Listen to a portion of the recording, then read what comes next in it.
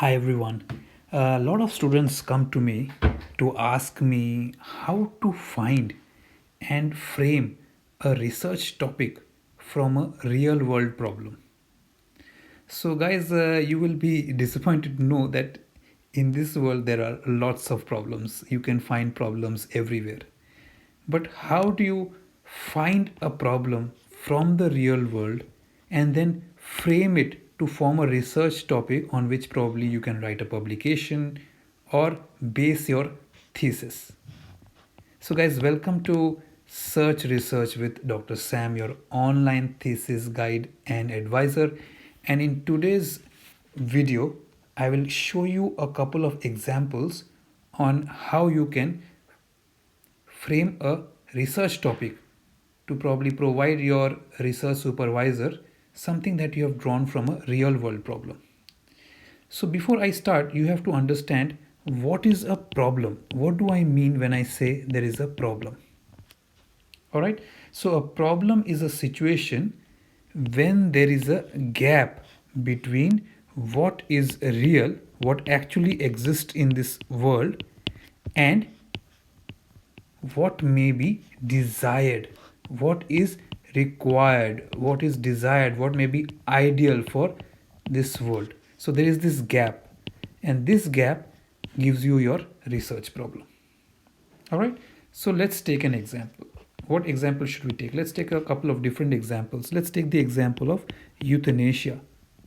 Do you all know what euthanasia is? The euthanasia is when a patient who's terminally ill, they are sure that they will die, or they are suffering so much that they don't want to live anymore, they can volunteer to die. They have the right to ask to volunteer to kill themselves or to die, to leave this world. Now, this is a controversial topic. Is it less than what is desired? Is it less than ideal? So, of course, there are people who are in favor of euthanasia, who say there is nothing wrong if any patient wants to volunteer to die, especially if they are suffering, they are incapable to move, they can't do anything, their life is a living hell. And then there are those who are against it. Now, when you are trying to find a research topic, you can take a stand, or you may stay neutral, or you may contradict someone. Now, if you, for example, if you take the view of the Catholic Church, for example, all right, let's get into a bit of controversy here. Catholic Church, they will be against this view. They will be against euthanasia. They will not really approve. For them, this becomes a moral issue, a moral problem, all right, which is against their philosophy of Christianity. For a hospital, if you are looking at it from a hospital's point of view, then it is an ethical issue. All right. So, what is an ethical issue? Are doctors and nurses comfortable to kill patients when they are requested? Can we use the word kill? All right. So, it becomes a political issue. Can a political party allow this?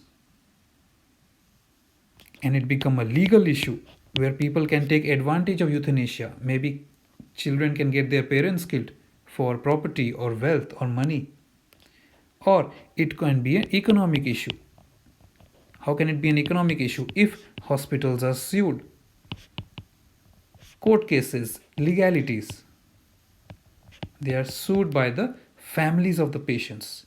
So you can see I have just taken one issue of euthanasia, but depending on who I am taking a side of or against, or whose point of view, we call it a lens, we call it a research lens, through what lens we are viewing this problem, then gives me a research topic.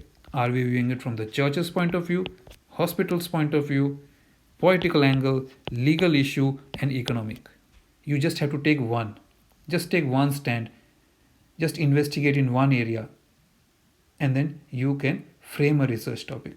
All right. When it comes to the patient's family, all right, let's say if you want to take it from the point of view of the patient's family, then of course the other issues comes. It becomes a moral or even a legal nightmare. So you can combine these issues. So if you are especially well versed with the legal issues, you can take a legal standpoint. If you are not from a legal background, you can take a moral standpoint. Is it right? Is it wrong? So you can investigate that. All right. But for most of the people, this debate is it ideal or desired? So you don't have to take the point of view of any of the people I've said above. You just want to investigate what do most of the people think about it. Or is it a solution or is it a problem? All right. Situations can also become defined as problems as times and cultures shift and transform. Let's take example number 2 now. All right. Let's take example number 2 on how you can from a research problem from a real world issue. All right. So let's say that the state of the environment, all right, environmental issues. This was not a big issue before, but now this is a big issue, environmental issues, right? What is it? Global warming, right? Ice cap melting, leading to ice cap melting, sea level rising. So you can see, right? I just take one random topic and I can view it from different lenses. You choose what lens you want to view it from. You can view it from the lens of the activist, the environmental activists who are fighting against the governments or who are fighting against the policies that are leading to environmental damage. You can view it from the government's point of view, or you can view it from the industry's point of view. It's up to you how you look at it. All right, let's take another example. I'll change the color of the pen so that you guys don't get lost. Domestic violence. Did domestic violence exist before? When was the first case reported? What is defined as domestic violence? It was not a problem until a cultural shift saw wives as something more than the property of the husbands. Right? So you can take it from the point of view of the wives, families, or you can view specific cultures. Is it more prevalent in specific cultures? You can do a comparative study, maybe take specific cultures, specific religions. So you can just take any point of view and start investigating there. All right, these days a lot of talk is also about wage differentiation, salary differences, salary and wage differentiation, right? So you can, did I get the spelling correct? I'm not sure. All right, so salary and wage differentiation. So based on the race, it has certainly been a problem in the West. This is more of an issue seen in the Western countries. You can probably do a comparison versus the Eastern countries, the Asian countries, right? Or you can do a comparison within the Western countries and within the Asian countries or within the Eastern countries. There are still many cultures in which race determines both social and economic status. So if problems are defined by a gap between what is real and what is ideal, and what is ideal or desired is very much dependent on the perspective, the cultural issue, the historical realities, and then deciding what constitutes a problem has the potential to open up tremendous debate. So take any issue, guys. Just if you are reading the newspapers, you're reading magazines, or you're very passionate about an issue, take any issue. All right, let's take another issue. All right, cinema theaters closed due to COVID. Right, closed due to COVID-19. You can view this. Is it good? Is it bad? If it's bad, for who is it bad?